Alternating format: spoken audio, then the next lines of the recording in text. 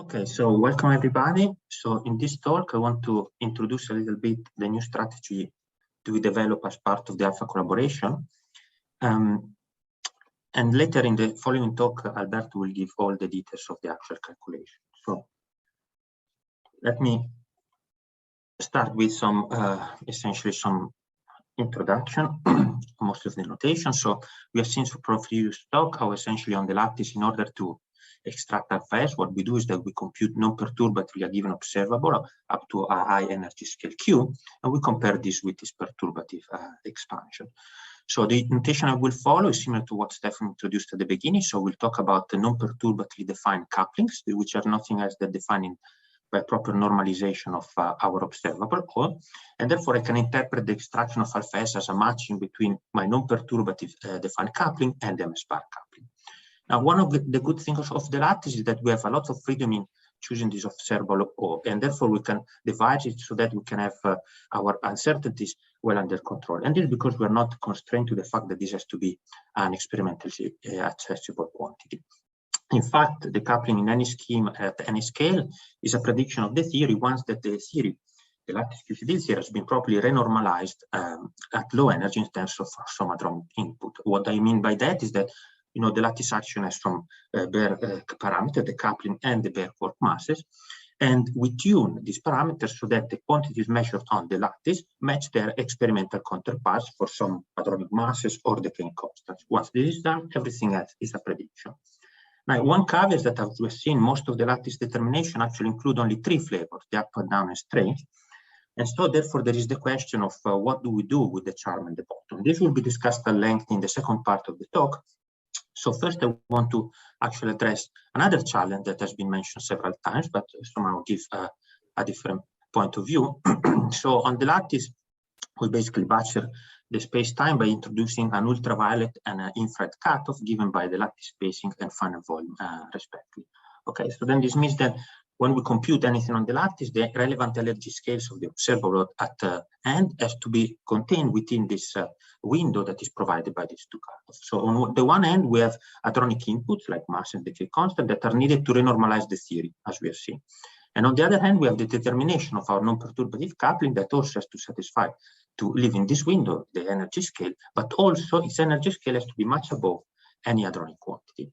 This means that we see immediately a problem that if we want to fit both the hadronic and perturbative QCD scales in the same lattice, therefore we have that our lattice has to be quite large because we have this hadronic and perturbative scale that are pushing far apart, but at the same time they have to be within our cutoff. If one puts numbers together, so basically you take a ratio between the ultraviolet and infrared cutoff around 100, this is the number of points with today we can afford, let's say, in each direction in our lattice, and you require this lattice to be big enough to contain all, let's say, relevant hadronic physics, then you end up with basically the energy scale at which you can measure your and therefore extract alpha S is of about a couple of Jeff or so.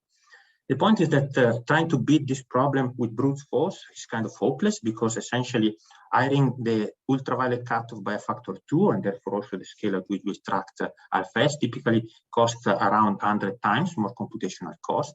And since we know that the coupling only runs logarithmically with the energy scales, this makes it an exponentially hard problem to beat. Okay. However, there is a solution to that comes about, first of all, by the simple realization that while most of lattice QCD determination and simulation are devised to compute hadronic quantities. Okay. However, the computation of the hadronic quantities, in this case, and of the non-perturbative coupling are two separate problems. And therefore, precision demands that as we dedicate ensembles and simulation to compute hadronic stuff, we need to create dedicated example for the calculation of the coupling of our non-perturbative coupling itself to reach high energy. So the best way to do that is to employ what we call finite volume schemes. So these are non-perturbative couplings that are defined in terms of observables that are given by correlation functions that are defined within a finite volume. Okay, so the volume is intentionally kept finite, not that there is any choice, much of a choice anyhow. But the peculiarity is that the renormalization scale of these couplings is identified with the size of the finite volume. In other words, we define a coupling by studying the variation of how this correlation function changes as we change the volume. I mean, this might seem peculiar at first, but it's not much different than defining a coupling to how a correlation function responds to an injection of an external momentum. Okay, so we are just using the lattice, the final volume as an external scale compared to a momentum. So where is the advantage of this approach? The advantage is that in order to have now, or since we identify, the infrared cutoff with the normalization scale, in order to have lattice systematic under control, essentially the condition that we have to satisfy is simplified, because all we need now is that the ultraviolet and infrared cutoff have to be very well separated between each other, but there's no scale in between that has to fit between these two and also be separated by two. So this simplifies the problem quite a bit. Now, based on this final volume coupling, what is the strategy that we use to extract alpha S? And this is what goes under the name of step scaling strategy. So we start at low energy from a coupling, from a value of the coupling in our preferred final volume scheme. Let's say we put it equal to 1. This implicitly defines a renormalization scale that will be of the order of lambda QCD. Now, through non-perturbative simulation, we can actually establish this relation of this scale with some hadronic quantity of which we know the experimental value, okay? And therefore, we can establish the physical value in MEV of this scale for hadronic. Then what we do is that by performing many simulations that vary in their physical extent of our lattice, okay, we can track non-perturbatively the running of our coupling. Okay, so basically the volume will be reduced typically in factor of 2. Okay, so you see we dedicate, so instead of trying to fit all this energy scale in one single simulation, we do dedicated simulation, each one cover a specific range of energy. So by doing so, we compute essentially the non-perturbative beta function, and it is clear that if we start from a Q hadronic of, let's say, order of lambda QCD with order of 10 steps, since we are varying the energy scale by a factor of 2, we can bridge gaps of order 1,000. So we can go from 100 MeV to 100 JeV. Okay. Once that we reach 100 JeV, essentially we can employ the perturbative expansion for our observable and extract alpha S. And once that we have alpha S, then the perturbative running in the MS scheme, we can extract the lambda parameter in unit of the scale where we extract it, and then from there work out and eventually obtain the lambda parameter in units of the original hadronic mass that through which we establish, let's say, the physical units of the theory. Now, this strategy has been applied in the determination of alpha S from a non-perturbative calculation of the lambda parameter of the three-flavor theory. Now, I will not go into the detail of this because this was discussed in the previous edition of this workshop, but just to give the highlights for those that were not there, essentially we start our running at a scale of, let's say, 200 MeV with a non-perturbative run up to 4 JeV in a given non-perturbative scheme. Then we match non-perturbative scheme to another non-perturbative scheme, and among the many reasons for doing so is that in this second scheme, essentially, the perturbative knowledge to then do the matching with MS bar is known to higher loop order. So then in this non-perturbative scheme, we run up to 70 JeV, and there we match using next to leading order, this what we call SF scheme with MS bar scheme, and extract the coupling in the three-flavor theory. From there, the lambda parameter with a precision of 3.5%, and then we employ perturbative decoupling to include the effect of the charm and the bottom quark. Now, the point that I want to emphasize here are the following. So first of all, the fact that we do the matching, as you can see from the graph here, at 70 JeV. I have a backup slide if you're interested eventually, but essentially we can show that we have the systematic error related to the truncation of the perturbative theory, and eventually non-perturbative correction in the matching of our scheme to the MS bar scheme are entirely negligible compared to our statistical uncertainties. Okay. So, and secondly, this implies that essentially our error, as you can see in the plot down here, so the error on alpha S is entirely dominated by the statistical errors that we accumulated by integrating the non-perturbative renormalization group equation from a few hundred MeV to 100 JeV. So if we want to reduce the uncertainties on our alpha S determination, we have to cut down the statistical error in integrating this RGI equation. Now, before approaching that, as I said, I mentioned that essentially we include the effect of so we computed the lambda parameter in the three-flavor theory entirely non-perturbatively, and then we use perturbation theory to include the effect of the charm and the bottom.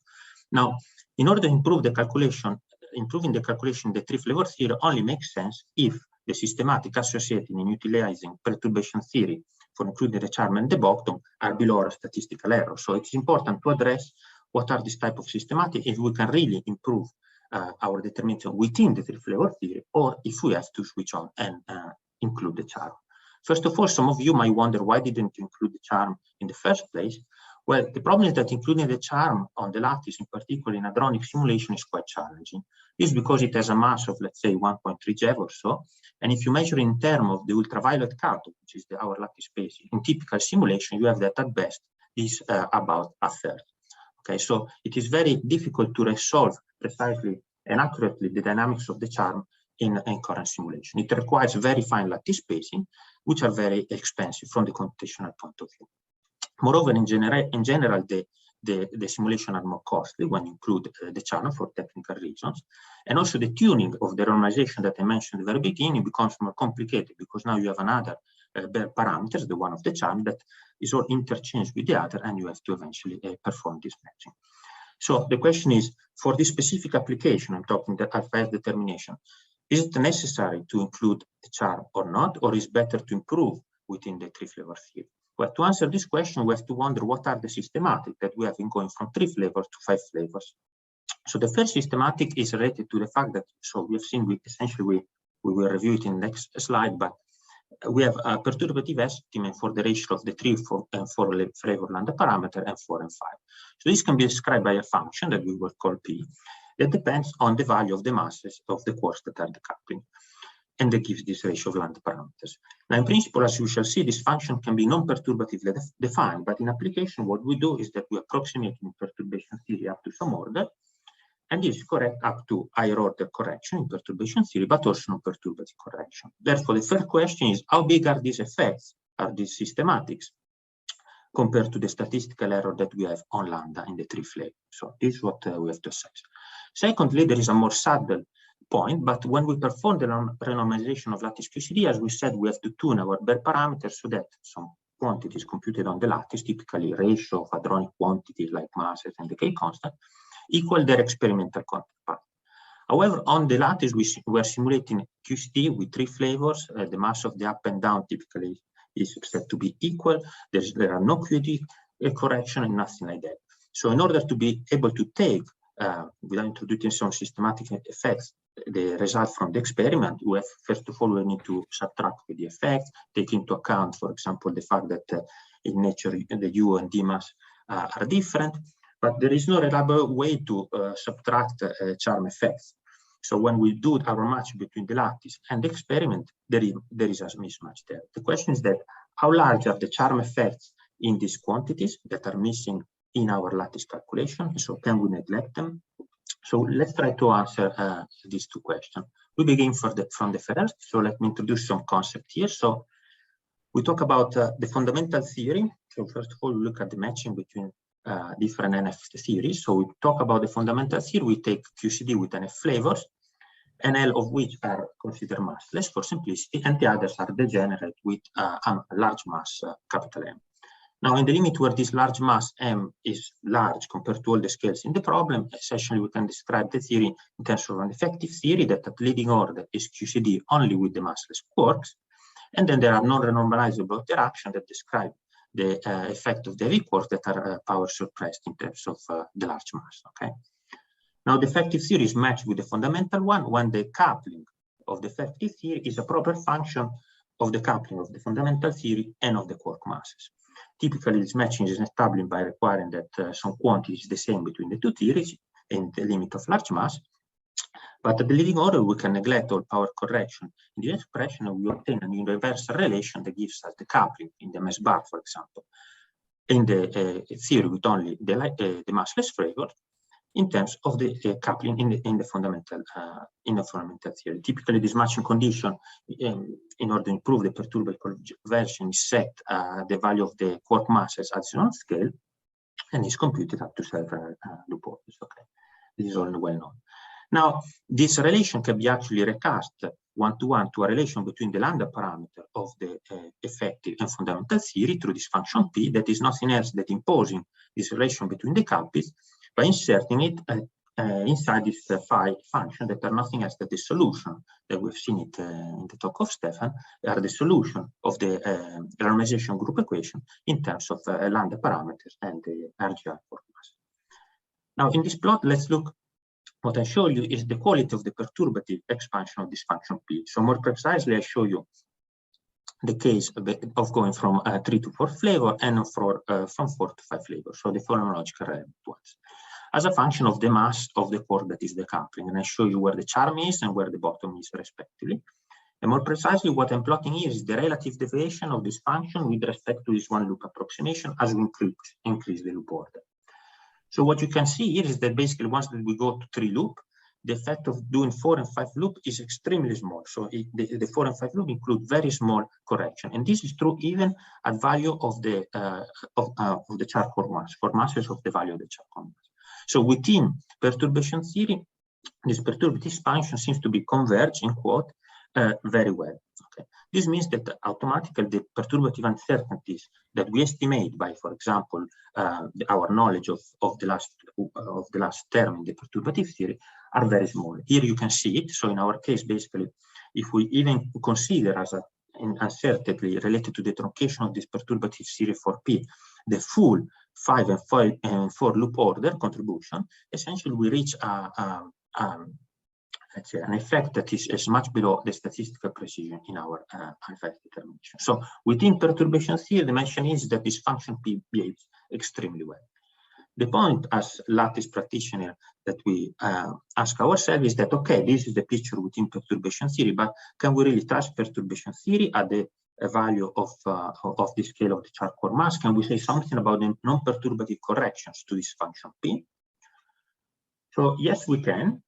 Okay, and the way to do it is to go back to the matching relation between lambda parameters and interpret it in a non-perturbative way. What do I mean by that? This means that we have to see that the lambda parameter of the effective theory in unit of some hadronic quantity calculated in the effective theory has to be a proper function of the invariant quark masses, mass of the heavy quarks, and the lambda parameter in the fundamental theory measured over the mass, the same hadronic quantity computed in the fundamental theory, where I emphasize with the notation that the heavy quark have this mass capital M.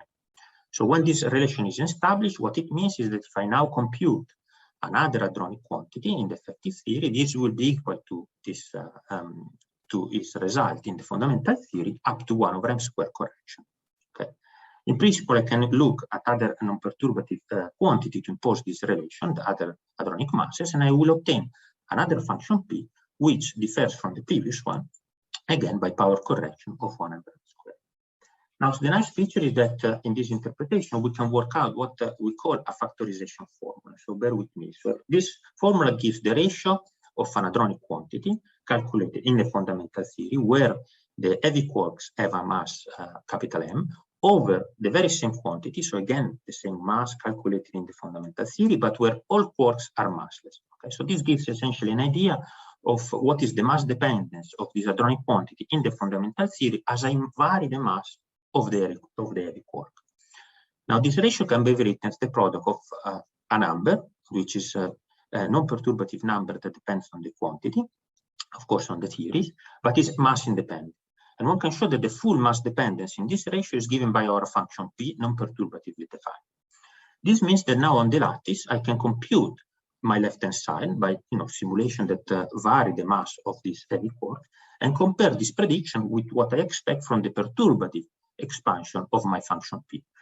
And of course, any discrepancy gives me insight on the non-perturbative correction that I have on this function, because the perturbative correction, we estimated it the way we've seen before. So our collaborators concluded that the typical 1 over Char mass square correction to the function P going from 3 to 4 flavor, measured at the mass of the Char, are below 1% effect.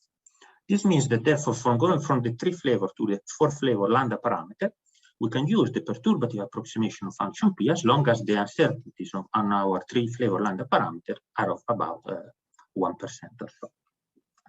Similarly, we can also work out the following from this non-perturbative matching if we now take ratios of different hadronic masses Okay, we can conclude where the lambda parameter drops out, essentially. We can conclude that the ratio of these masses computed in the fundamental theory is equal to the one computed in the effective theory, again, up to 1 over n squared correction. So again, here on the lattice, what can I do? I can compute the right-hand side and the left-hand side and compare the two and get an estimate of what are the typical effects that I have in typical hadronic quantity that are employed for masses at the level of the chart. Okay. The conclusion of this study showed that these effects are below the 0.5%. And again, therefore means that if we are looking for, let's say, a percent precision determination of lambda in the 3-flavor theory, we can completely ignore the effect of the chart. Okay, this brings me to the last 2 slides. No, I'm not going down with time. But let me first of all summarize the situation. So our lambda determination for in the 3-flavor theory has a precision of 3.5%. So I just told you that essentially we can halve this error without worrying whatsoever about the effects of the chart. Okay, so it's better to invest in for this kind of problem, the computational effort in improving within the 3-flavor theory rather than including a chart. I also told you that our error is entirely dominated by the non-perturbative running from 200 MeV up to 70 GeV, and this is statistical in nature. So again, we have to improve in this. However, just halving this error within the 3-flavor theory, even though possible, still requires a quite intensive computational effort for even using the step scale strategy, etc., and even though being mostly statistical. So rather than going down that route, we started wondering ourselves whether we could have eventually devised some other strategy, especially based on what we learned from all the studies of the non-perturbative decoupling. So let me summarize some of the key observations that led us to our strategy that then Alberto will also explain in detail. So first of all, we have seen that this function P has very small perturbative and non-perturbative correction as long as as soon as these masses are above, let's say, or comparable to the one of the chart. Okay.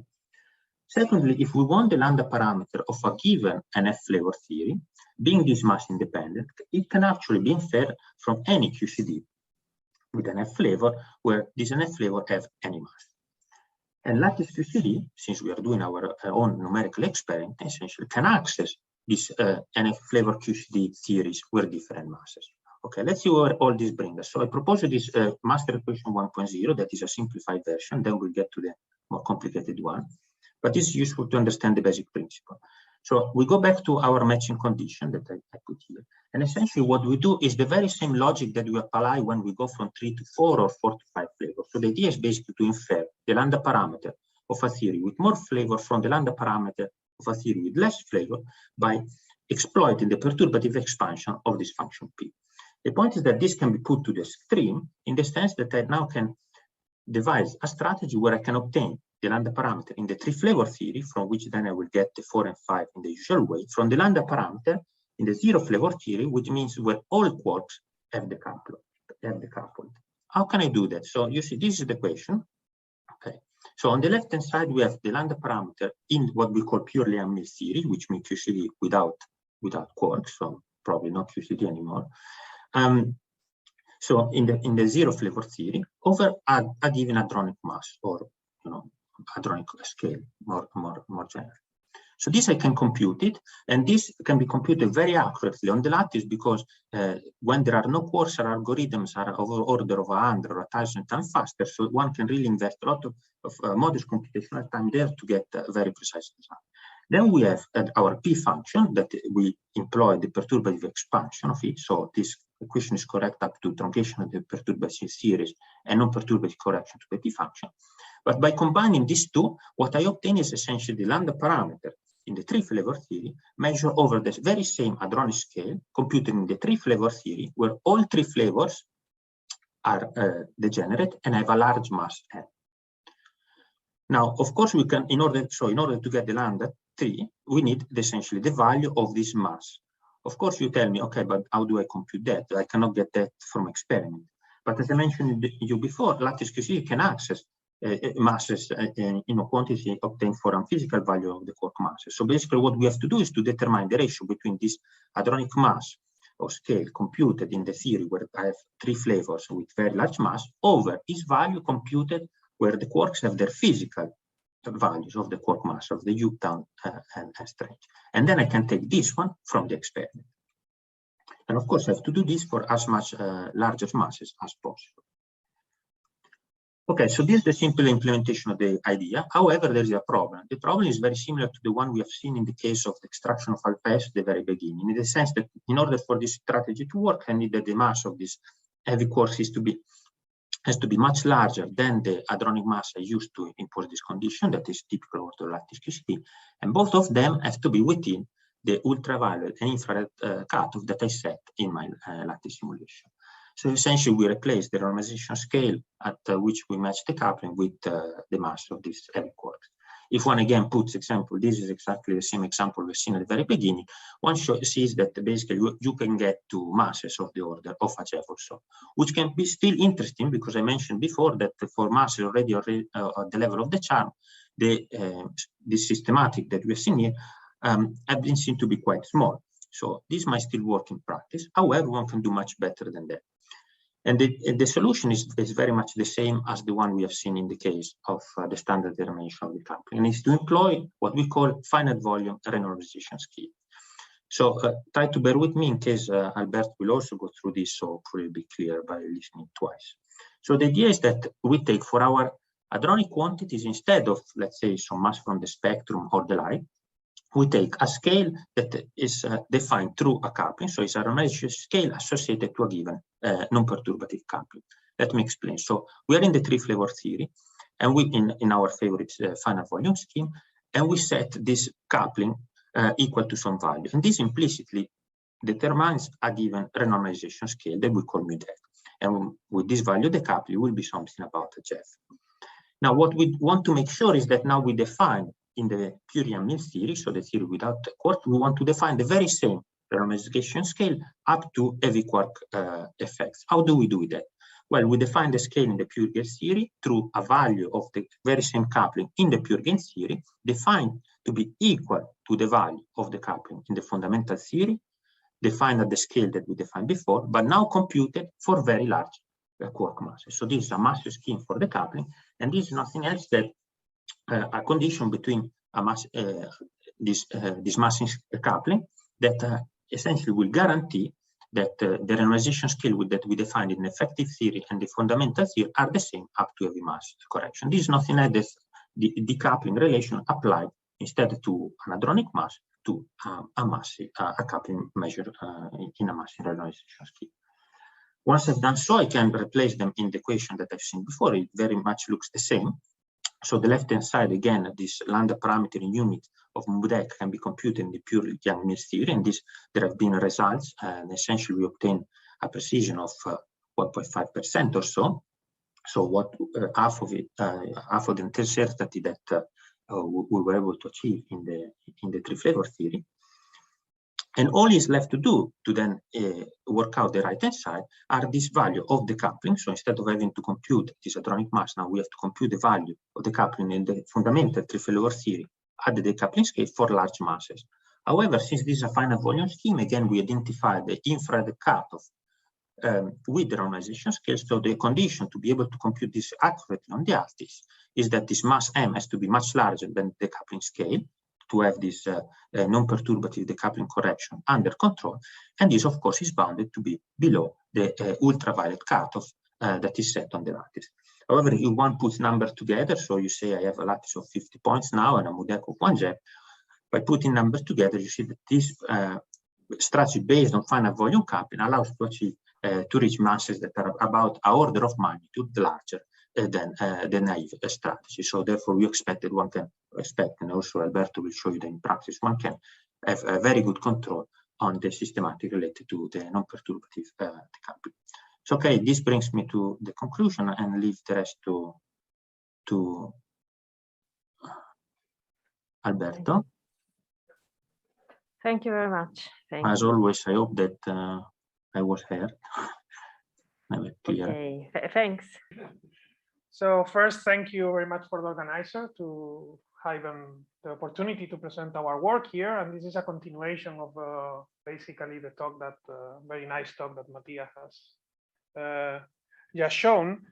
So first of all, I want to give a bit of perspective. This might be getting a bit repetitive. Let me see if I can put this in another part of the screen without. Yep, better, no? Okay. And we come back to the same thing. I'm sorry if this is getting boring, but basically how we determine lattice in lattice PCB, the strong coupling all boils down to the same formula. We have a short distance observable that, as Stefan has said, you can always normalize as some kind of non-perturbative coupling, and then you match it with the perturbative expansion. Okay. So after you extract the strong coupling at some scale Q using this formula there, okay, you run it to a convenient scale, typically to M set. Okay, possibly to do that, you have to cross the Charman bottom thresholds, as Matthias has explained. But basically, once you have the strong coupling at the scale Q, you can go to the strong coupling in the 5-flavor theory at the set pole mass. Okay. So what are the uncertainties in this extraction? In fact, the uncertainties come or propagate from the first expression that is written there. Okay. There are two kinds of uncertainties. One of them are power corrections or non-perturbative uncertainties that decay as lambda over Q to some power. The other are perturbative uncertainties that go proportional to some power of the strong coupling, the power depending on the perturbative knowledge that we have. Okay. So this is a terribly hard multi-scale problem on the lattice. The reason is because the computing power that you need to do a simulation on the lattice is related with the ratio of the two cutoffs of your theory, the infrared cutoff, that is the volume, and the ultraviolet cutoff, that is the lattice space. Okay, so basically these are the two cutoffs that you can see here. Okay, now if you want to improve in this ratio of these cutoffs, okay, this has a high computational cost because you are doing a 4-dimensional simulation and some other algorithmic details. So basically the computational cost increases as L over A, okay, so the ratio of two cutoffs to the power of 7, okay. On the other hand, the perturbative uncertainties, that is what dominates most lattice extractions, they only decrease logarithmically slow with this ratio, okay. So you spend L over A to the power of 7 in computer time, and you only improve logarithmically in how much better your extraction of alpha S gets. Okay, this is the terrible multi-scale problem that Matthias has explained very well. Okay, now let me see if I can pass the page. Okay. So this is an exponentially hard problem. Very good. So these perturbative uncertainties, for these reasons, because you have access to a limited range of scales, are very difficult to estimate. Okay, so what we have been doing using this step scaling method that Matthias has talked about, that basically solves this multi-scale problem, is exploring, okay, a non-perturbative extrapolation. Okay, so basically what you can do now with this method is to match in a quantity that has been computed non-perturbatively over a wide range of scales. So this thing is compressed here in the value of alpha squared in the x-axis, simply because alpha runs logarithmically, but there is a difference between 4 GeV and 140 GeV in this plot. Okay, so now you can explore, when you have access to this data, to this non-perturbative data, how the extraction of alpha S or the lambda parameter will change when you move towards more the perturbative and the perturbative side, and you see that these perturbative uncertainties scale as order alpha square, okay? But here in these points, there are two kinds of error bars. There is the total error bar and the statistical error bar. The statistical error bar is the smaller one, okay? So in some points, it's too small to be seen. And the systematic error bar was obtained by the usual method of scale variation, okay? So you can see that some quantities, when you are at low energies, fail to give the correct answer, even when you estimate the perturbative uncertainties using a scale variation method. Okay, so that's why, yeah. Sure. What? Exactly. Here, you are lucky enough in the Schrodinger functional that you can obtain many definitions of the coupling. So that would be like many observables with a single computation. Okay. So basically, you have access to a 1-parameter family of couplings. Okay, so this. then all converted to m-bar and used in such a way that you extract the lambda parameter in some convenient units, okay? So this is L0, is the volume of your original simulation, okay? And basically you see, this can be summarized as the fact that using different observables, okay, everything agrees nicely, but only if you go to very, very high energies, okay? And the corrections can be large in some schemes. There is no reason why these green points, that are the ones that show a worse scaling towards the correct result, should be bad from a perturbative point of view. It's very difficult to see. And this is manifest in the fact that if you estimate uncertainties by the scale variation method, you get this point here, extracting alpha s at 8 GeV in this case. Nothing seems bad, but the result is way off, okay? So this is the kind of things that we want to have, okay? But even if this is not the case, okay, I think that this is very useful to have accurate information, as in the previous plot, of what happens with the perturbative uncertainties is we use the scale variation method. This is used everywhere, okay? Basically, this thing works by assuming, first of all, that you do not have non-perturbative corrections, so you only want to estimate the perturbative corrections, and then you introduce a dependence on S, so a scale variation in the matching with MS-bar, and you profit from the fact that the left-hand side does not depend on S, so that means that the right-hand side can only depend on S in the perturbative uncertainties. So in other words, varying the parameter S is an estimate of these terms alpha S to the power n plus 1, okay? So this is a very easy method, but it's not systematically applied. So basically, you can choose some reference scale for S and vary around that reference scale. And the only thing that is needed are the perturbative coefficients and the physical energy scale at which you extract alpha S, okay? So we did that together with Luigi Del Devio in a report. And you see that actually, this is the problem that I was talking about, the multi-scale problem. You can analyze the perturbative uncertainties of many different methods, okay? So first you have a step scaling, then you have the static potential. Nora and Johannes has talked about this. You have Wilson loops, okay? And you have heavy-quark correlators. And basically the extracted value of alpha S depends on the value that you choose for S, for this scale variation. So in other words, depends on the value of S that you choose to match your observable with MS-bar. And in principle, it should not, except for the perturbative uncertainties, okay? And this is true in all cases, except in the first plot, the step A, the step scaling method. There is no magic in step scaling in this regard. The only thing is that the extraction is performed at 80 GeV, and therefore perturbative uncertainties are very small, okay? But on the other hand, they are difficult to control, okay? This can be seen also here, where the gray band represents the flag uncertainties that Stefan Sim has talked about, and the lines represent these scale uncertainties. In fact, in many cases, the simple estimates by a scale variation are larger than the flag uncertainties of this method, okay? So the good thing about this approach is that all extractions can be evaluated on equal footing, maybe also non-lattice extractions, okay? There is a way to do this with this software that is written there. But it is important to remember that this method can fail, okay? So perturbative uncertainties are very difficult to determine, and there is no substitute for a really non-perturbative extrapolation. That means varying really the value of alpha a lot and seeing how your extraction of alpha S depends on that, okay? So in order to see how we can achieve this with this method, okay, or the coupling method that Mattia has explained, let me come back to it for 10 minutes, okay? I will repeat some of the stuff that Mattia has said, but in a much more simplified way.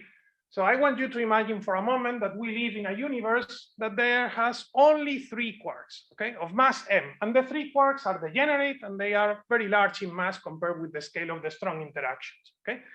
And then here in this universe, we have 2 physicists, Alice and Bob, okay, physicist I and B, and they use 2 different approaches to do stuff, okay, non-perturbative stuff. Alice uses the fundamental theory. So that means she goes and simulates on the lattice and compute all the things QCD with 3 flavors with a heavy mass, okay? On the other hand, physicist B, Bob, uses the effective theory, okay, following the lines of Weinberg, okay? He goes out, integrate the heavy degrees of freedom, and then basically the effective theory is the pure gauge, the Yang-Mills theory, plus some corrections that go as 1 over m squared. As Mattia has explained very nicely, okay, Bob and Alice, both of them, will obtain the same results whenever they compute dimensionless low energy quantities, okay? So for lattice people, this can be the string tension, the square root of T0, R0, but basically also if you want some proton mass or anything, okay? Any low energy quantities computed using the QCD with 3 heavy fermions and the other will give the same results. This is what Mattia has told us, okay? Very nice. Now what we have to ask ourselves is how would Alice and Bob approach the problem of renormalizing the theory, okay? So for the case of Alice, that she uses the fundamental theory, it is very easy. Even if she lives in a world with 3 very heavy quarks, Alice would recognize the benefit of using massless renormalization schemes, okay? It's much more easy to do perturbative computations there. So she still wants to use the lambda parameter and a massless renormalization scheme where the beta function does not depend on the mass of the quarks, okay? She does that, and then she, in this massless renormalization scheme, determines non-perturbatively the beta function in some scheme, okay? So this is massless. And then the integral up to some value of the coupling, some scale, mu massless, okay, gives her the ratio of lambda 3 in units of this scale. Of course, the problem is that she lives in a world with 3 heavy quarks. So this mu massless is not something that she can take from experiment, okay? Then she goes back to experiment and take experimental quantity. This mu ref here can be a proton mass or something like that, and computes in the lattice simulation the ratio between mu massless and mu ref, okay? And the result, multiplying these 2 results, gives her the lambda parameter in units of her proton mass or whatever reference scale that she has used. Okay, that's her approach to doing this. Okay, now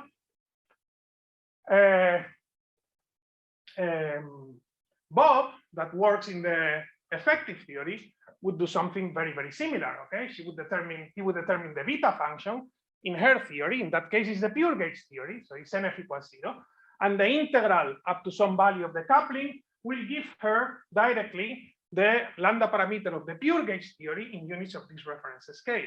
Okay. Now, in her case, in the case of Bob, since there are no quark masses, this is the proton mass, for example, in the quench case. Okay. Now, Bob needs to match across quark thresholds, okay, in order to convert these results to lambda 3. And this is done by using this matching factor P that Mattia has talked about. Okay. This is known in perturbation theory up to 3 loops, okay? It's a power series of alpha evaluated only at the scale m star, okay? So no low energy scales enter there, okay? And this is a very good perturbation theory. The corrections are very small even at the charm scale, okay? And to some perspective, we will apply this in the range between 5 and 10 GeV later, okay? So this is a very good perturbative series, okay? So now, we have this world, okay, this imaginary world with 3 heavy quarks, and clearly there is a relationship between Alice and Bob results. Both of them are computing the same thing, okay? Another thing that we have to ask ourselves is, if this thing works for Alice and Bob, why it doesn't work for us, okay? And you can say, okay, it doesn't work for us because you don't live in a world that has 3 heavy quarks, okay? You live with light quarks. And this is true, but lattice QCD can simulate artificial worlds, okay? Ones that I can choose the values of the quark masses. And this is what we are exploiting here, okay? So let's come back. So the relationship between Alice and Bob results is this master equation right in there, okay? And therefore, Bob is telling us that the 3 flavor lambda parameter can be computed by doing this operation. You take a limit as m go to infinity. When you take this limit as m going to infinity, the perturbative corrections and the non-perturbative corrections, the power corrections go away, okay? And then this thing become exact. The left-hand side is equal to the right-hand side. And then what we do have in the right-hand side is the reference scale in the world with 3 heavy quarks, okay? This mu ref in blue. We have the running in the pure gauge theory. This is the huge advantage. You only need the lambda parameter in the pure gauge theory, and you have a perturbative factor that is known. Okay. So this relation is exact. And now the only thing that we need to profit from it on lattice QCD is to obtain this mu ref in a world with 3 heavy quarks. If you have this, you have everything, and you can use this relationship. And for this, you profit from the fact that in QCD, you can compute this, okay? So basically what you do is you compute mu ref with the 3 heavy quarks at the mass F as the product of a physical quantity, let's say the proton mass in our world, even in MeV, or whatever units that we want, times the ratio of the mu ref computed in the heavy quark, okay, divided by the physical one. And this ratio, you can compute it in lattice units, okay? So it can be computed doing simulations at the same value of beta for those that are experts, okay? So the same lattice spacing in the numerator and the denominator by just only changing the value of the quark masses, okay? So for example, as physical scale, you can take the proton mass or you can take T0, that is a favorite for the lattice community, okay? This doesn't matter. Okay? Very good. So note, yeah. How do you know that you can do this at the same data? Because you're changing your quark mass. Yes, but you use a massless normalization scheme, and then your lattice spacing depends only on beta, not on anything else. So basically, this is like here, okay? So basically, you compute this ratio that you want to compute in the continuum, okay, as the continuum limit of a mu dec of m divided by n mu, okay? And you compute numerator and denominator for us lattice people at the same value of beta with different kappas if you are in Wilson fermions, okay? So this relation is exact again. There is no approximation here, okay? But note that this thing, that is what we need to compute in order to profit from this relationship between the computations and Alice and Bob, is hard to compute, okay? Why? Because M wants to be large. You want the quarks to be very, very heavy, okay, to apply decoupling. And at the same time, A times M wants to be small because you want cutoff effects to be small. So this is, okay, a multi-scale problem still, okay? You have not solved the multi-scale problem. And in fact, the corrections have the same form. There are logarithmic corrections and power corrections. So then you can say, okay, what have you gained compared with any other approach to extract the strong coupling from the lattice? Okay? And then the reason why this is better is because we use very heavy quarks, M between 5 and 10 GeV, using this finite volume strategy that I will explain later, that Mattia has talked about also, okay? And then the logarithmic corrections are completely negligible, okay? So decoupling something that is above the bottom quark for the extraction of lambda is completely negligible, the perturbative uncertainties there. So only all that you have to deal are the power corrections, okay? So basically, this is an exponential improvement because your computational cost still goes as L over A to the 7, okay? But your uncertainties decrease as L over A squared, not as log of L over A, okay? Because the logarithmic uncertainties are completely negligible in this approach, okay? So in our setup, I have to make a bit of a long story short, okay? And Mattia has also talked about this. We work in a finite volume. That means we are going to take a box of alpha Fermi, and we are going to say that QCD with very heavy quarks and jam mills in this box with alpha Fermi are the same, okay? Up to heavy mass correction, okay?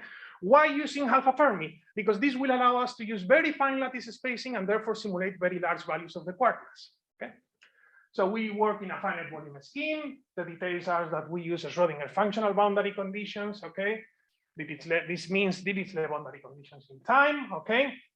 We use the gradient flow coupling, and as the matching condition, we will set up the fact that the coupling computed in the fundamental theory with 3 very heavy quarks, okay, with this particular geometry P equal to L, is equal to the coupling in the pure gauge theory, okay?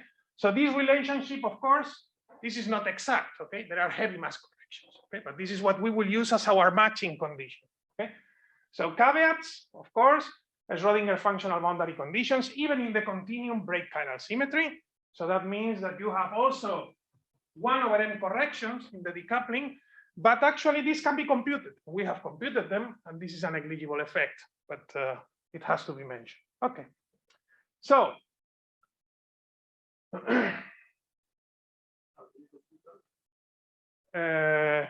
well, basically you have to insert the boundary effects. They only come from the boundaries, okay? So you have to insert the boundary operators, okay? You can partially compute them. There is a factor that you have to compute in perturbation theory that probably is fine because you are in alpha Fermi volume. Then there is a non-perturbative part that is how much your coupling depends on the boundary fields, okay? That this you can compute non-perturbatively via simulations. I mean, we can, yeah, okay. So, sorry. So, basically, okay, what do we need to do? Okay, we have this matching condition, okay? And this slide is only to say that basically we have everything that we need because the renormalization program by the alpha collaboration has given us a lot of quantities that we need for this, okay? Basically, this is just for notation. The mass of the quark, of this heavy quark, is measured on the units of the volume, okay? So really the dimensionless quantity is set, okay? A larger set means heavier quarks because L is fixed constant, is this half a Fermi box that I told you about, okay? And also the pure gauge running is known because we have worked through this, okay? So basically what we have is already a lot of values of the lattice size, okay, from 12 up to 48. In this work we use only up to 40, okay? We have the different values of the lattice spacing cooked up in such a way that this lattice size with this lattice spacing is half a Fermi, okay, or whatever volume it is. And this is true for all the lattice size. And this is so because the value of the coupling that depends only on the volume is the same. This is when the mass is equal to 0, okay? Now what we do is we start to turn on the masses, okay? So this is what it shows up, okay? We start to turn on the masses and we measure the value of the renormalized coupling again. This is G square of Z, is the value of the coupling when you have switched the value of the quark masses that was measured in units of Z, that is equal to ML, and Z, that is dimensionless, goes from basically 2 to 12, okay? So you do this for all your lattice sizes, and you have to do a continuum extrapolation of each of them, okay? The functional form for the continuum extrapolation is this one here, okay? And it is crucial, and in the analysis that Mattia Dallabrida has talked about the analysis between the matching between the effective and the fundamental theory, that there are no cutoff effects that are of this form, okay? If not, this extrapolation would be very difficult, okay? But this you can show by symmetries that is not there. So basically you have two types of cutoff effects, purely A over L and purely A times M, okay? So you have to see, you can see two snapshots on this kind of extrapolation, this and this. It is the same data, it only changes if in the horizontal axis I put A over L or A times M, okay? So this is probably the most crucial one because this is the difficult extrapolation, the one in AM, because we want M to be large and therefore scaling violations are large. But we can confidently extrapolate this data, okay? And where we stand when we do this. Okay, very good. So we have fixed through a line of constant physics at 0 mass, a scale that is equal to this MEV. This is the half a Fermi more or less. Okay, it's a bit smaller. Okay, so this is a scale, okay, is the size of our box where we decouple the heavy quarks. Okay, very good. Now we switch on the quark masses and we compute the value of the renormalized coupling for different values of the quark masses. These are measured in units of Z, okay? But basically in physical units, we go from the charm to basically 10 GeV. Okay? Now, what is decoupling telling us? Decoupling is telling us that this massive coupling here is basically a pure gauge coupling, as long as the quark masses are high enough, okay? So if I have a pure gauge coupling now I can compute the running factor, okay? Lambda over this scale, okay? In pure gauge theory, because I know the value of the coupling, and given the value of the coupling and the lambda parameter that we know, okay, we can compute everything because we know the non-perturbative running of the pure gauge theory, okay? So we have this term here. Thanks to the computation of the massive couplings, we have the second factor, and perturbation theory gives us the third factor, okay? Perturbative corrections are negligible. 1 over M corrections, we computed them, are negligible. The only thing left is 1 over M squared. So let's plot the effective values, so the values of lambda 3 that we obtain applying this expression, okay? And what you get is something like this, okay? Now you have to extrapolate them to M equal infinity. This is what is done here, okay? So you can do this for different couplings, okay? Again, different values of C, okay? This is another one parameter family of couplings that tells you what is the condition that you use as the matching condition. So basically, when you say here that G squared is basically the same as the pure gauge coupling, you can in fact choose among many different couplings to do this, okay, on the same go. And this is a particularity of the scheme that we use. And you see that when the fit is good, that is signaled by the fact that the column that is labeled chi squared over the expected value of chi squared, when this column is 1 or so, all the values are very stable, okay? I mean, let's say 331, 331, 332, 334, okay? Something like this. The other are bad fits, okay? So this is an example of a decent fit, okay? And now, when you put all this together, you get the lambda3, the 3-flavor lambda parameter, okay? And you can convert this by crossing the charm and bottom threshold into a value of the strong coupling at the pole of the set boson, the pole, okay? And this is the result that we get compared with the other lattice results that are in the latest flag review. Okay.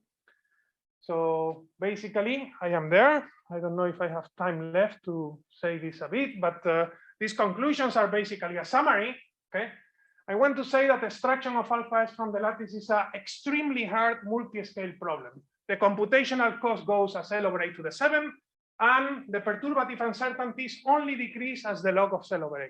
So you have to do something about this, okay? Especially when you reach high energies that you are really in the perturbative running of the coupling, you don't profit a lot from more computational problem, okay? This is extremely hard, okay? Moreover, these perturbative uncertainties are hard to estimate with data when you have data in a limited range of scales, okay? And I think that one should take the non-perturbative limit seriously. That means one has really to look at how the things scale with the proper power of alpha effective. Okay, Flag has been doing this for quite a bit. Okay, I think that perturbative uncertainties using scale variation are a guide, and I think that there is a common framework to apply to all methods. Okay, and this is what, for example, we did with Luigi in this review. Okay, and you can see different extractions of alpha S with lattice methods seen under this perspective. Okay.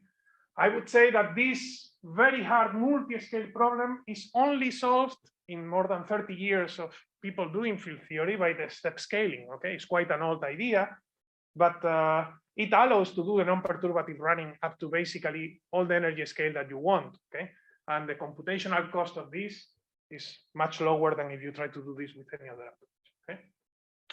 Still, what we have been doing now is not an exponential improvement, okay, because we still have a multi-scale problem, but the coupling of heavy quarks, profiting from the fact that perturbative uncertainties are negligible if your quark masses are high enough, okay, means that the non-perturbative corrections, that means the power corrections in 1 over m squared, can be extrapolated quite safely.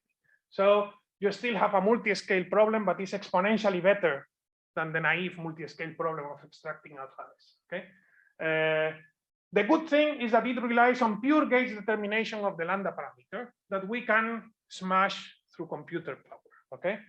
The precise result that we have obtained is in fact with a modest effort for the determination of the pure gauge lambda parameter.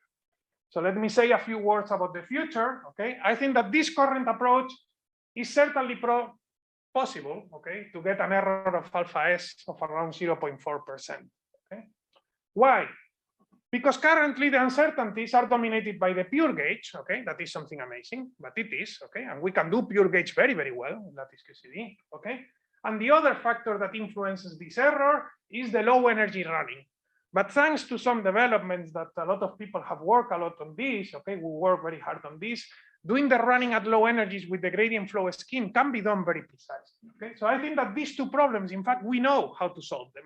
So we can reduce the error up to this level. Reducing the error below that point, I think that this requires serious thinking. Okay, what happens with QED?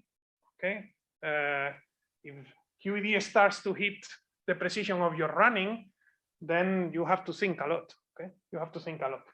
Also, okay, it requires some thinking at least. Okay, and I think that this decoupling of heavy quark methods has a lot of potential for other lattice approaches. So the static potential, the charm correlators, all these quantities, all these methods should target to determine the lambda parameter in the zero-flavor theory, that they can do much, much better. Okay, and then after dealing with the conversion to lambda 3 or lambda 4 using this method, I think that for them I mean, there would still need to do some compromises, but I think that it would be better than the brute force approach.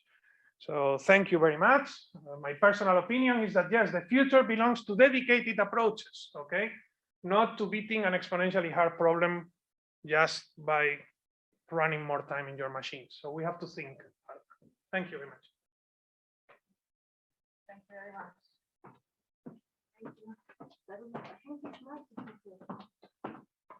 Thank you very much for this really very nice presentation, very interesting.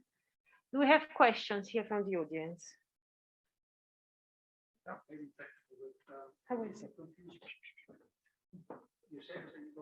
I think that you need the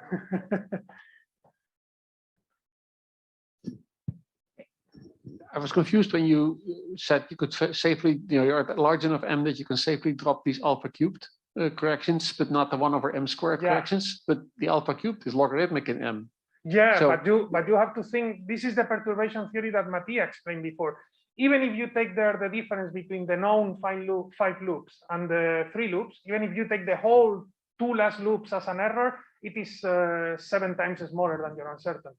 So okay. So it's a numerical way that perturbation theory Yeah, works. it's like what you do to crossing the bottom. Yes, it's a little bit counterintuitive.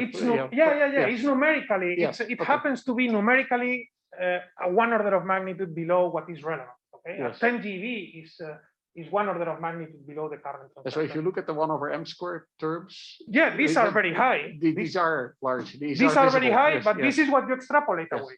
Yeah, no, I understand, but so Yeah. it's somewhat counterintuitive. But Yeah, thanks. sure. The Yes. leading corrections are the perturbative ones. Yes. You are absolutely Yes, right. right. But numerically, they happen to be tremendously small. Okay, there is something special there. There is a benefit here that is compared with the other extractions of alpha S, that this you use perturbation theory only in MS bar.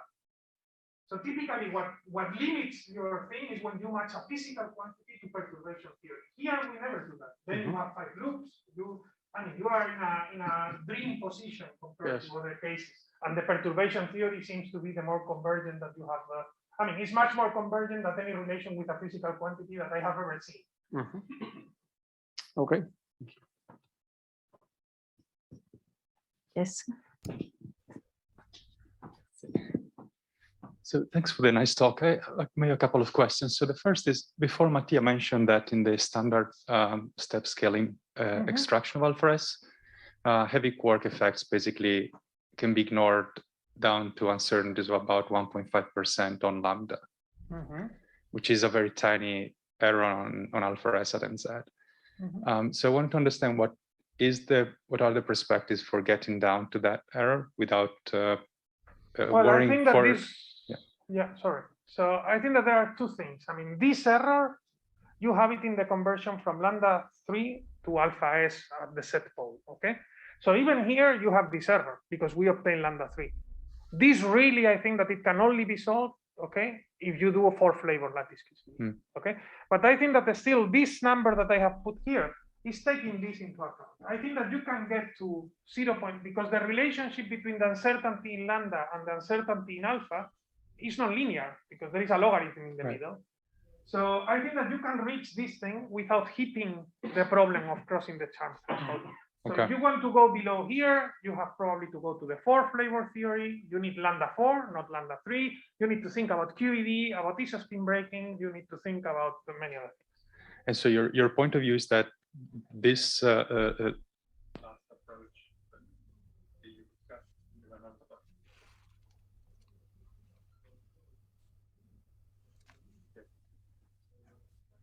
Yeah, come here and.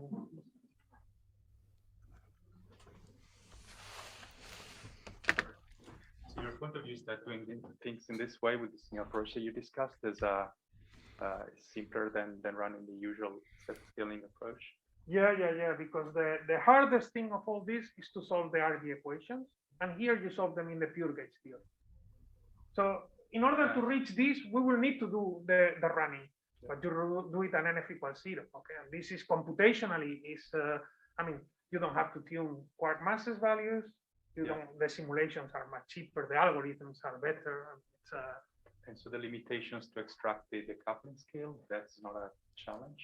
But the decoupling scale at low energies, we know how to do this part of the running very well. There are some couplings based on the gradient flow. Okay, that a lot of people spend a lot of time working on this. And this, I mean, if you go, I mean, maybe I have it here. Okay. So basically, this FACS of year 09 and this alpha 17, both of them are step scaling. Okay? And I would say that apart from the fact that computer has got faster, okay, the difference in error that you see here and here is due to the fact that we have discovered a way to do this much better in the low energy. Okay. Okay, thanks. So I think that this can be. Thank you.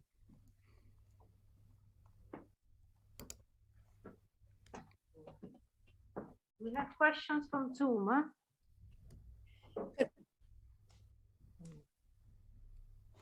Other questions from Zoom? Yeah, can you go back to slides 3 or I came when your talk was already started, when you were discussing the uncertainty in perturbation theory in general with plot of our people and so on. Can you repeat the issue, what you were saying, that is so difficult to know our plot when you were pointing to our plot? Yeah, right. This is not your plot. This, what I did is to take the perturbative expression of the static force, in fact, not the potential. I'm sorry, maybe I should have changed this, but this is the static force. I take the perturbative expression and I do a scale variation by a factor 2 above and below some scale. So this is the scale dependence of. But what do you, which kind of perturbation theory do you use? Because you should use the effective field theory. There is ultra soft scale. You should resum the ultra soft scale. Did you do all that things? Because as you say, this is a multi-scale problem, a very difficult multi-scale problem. That's why we use effective field theory to address it. No. But this is imagine that the logarithms are not there. I mean, even.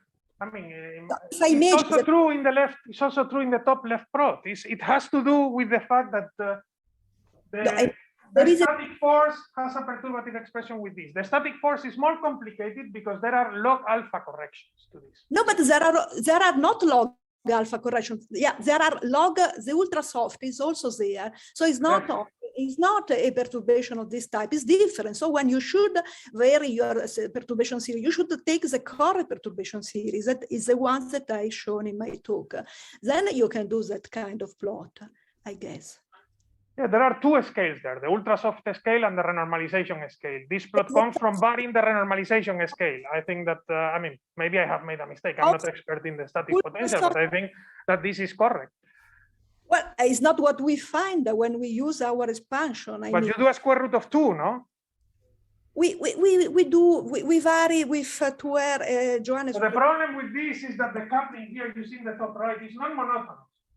So if you take a square root of 2 below and above, the difference can be much smaller than what this is. In fact, the static potential, I think that is quite nice compared with other methods. Okay, you can go up to a scale variation 2 or 2.5 higher, and you are below the flag scale. So, I mean, what we wrote in the review is, in fact, that the static potential basically has a better behavior than the others. And I think that this comes back to the fact that you know one order more.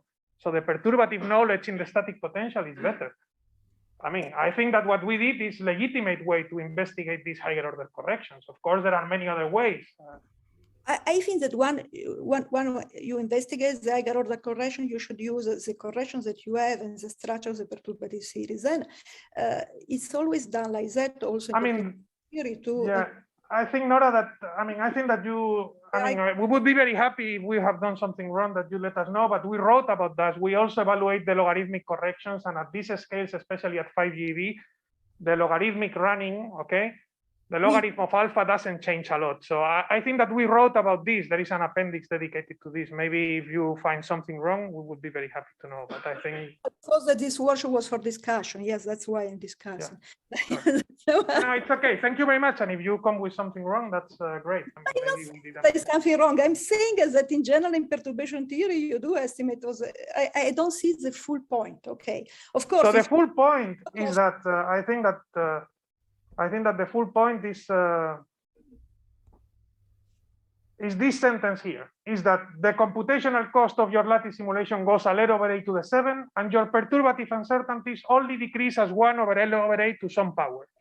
Now you can discuss if this power is 3, is 4, or is 4 minus an anomalous dimension. Okay, but this thing is extremely hard. Okay, But so this, it's an extremely hard multi-scale problem. If you want to reduce your perturbative uncertainties by a factor of 2, you have to make the log of L over A a factor of 2 smaller, and this is very difficult. but this is for the lattice because you have L over A. Yeah, This is for the lattice, yeah, sure. I mean, yeah, sure, yeah. Yeah, Of course, and it is also true for phenomenological extractions. You need to make Q much larger if you want the perturbative uncertainties to decrease by a factor 2. It's a basic property of perturbation theory. So step scaling or the heavy-quark decoupling method, you don't have there a logarithmic, you have a power, and this is exponentially better. This is the point that I'm trying to make. Well, we may discuss more later in the discussion time, but I have another meeting. Anyway, I think we can start the discussion time essentially now. I mean, this. Yeah, but I have to go to another. If you want to discuss this point, Nora. Yeah, I have. I'm sorry, but I have a Fakultätsrat now. I'm sorry, so I have to leave. Okay. On the other hand, I think our discussion time is essentially now for I don't know till discussion is over. So if you have to leave, Nora, it's a pity, but okay.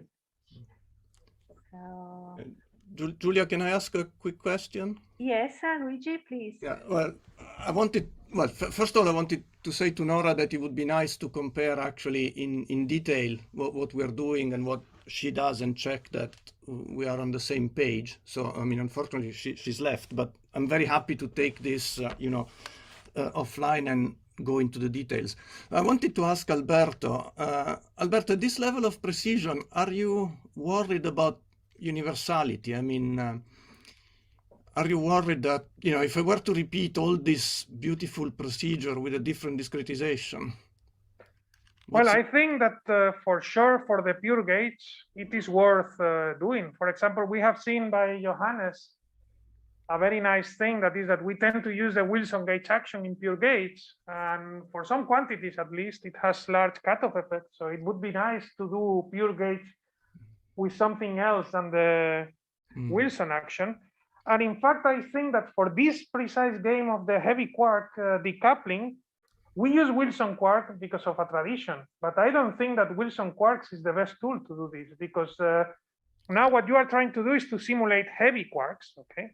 And I mean, you can argue, and probably I would argue, that Wilson quarks are very good to reach the chiral limit and to investigate these things if you don't want to go to chiral, okay, to do normal physics, but certainly they are not the best approach to do massive quarks. So I think that twisted mass or maybe a staggered, you can do better, okay? In fact, since you want the quarks degenerate, a staggered offers you the possibility of doing 4-flavor, non-rooting, okay? So no, that would make me happy. I don't root, but that would but that would make me very happy. And you can do part of the project with a staggered, and that would be very good. Yes. So yes, I think that would be. If we really want to claim such a small uncertainties, one has to start to think about this. Continuum extrapolations are difficult, so yes.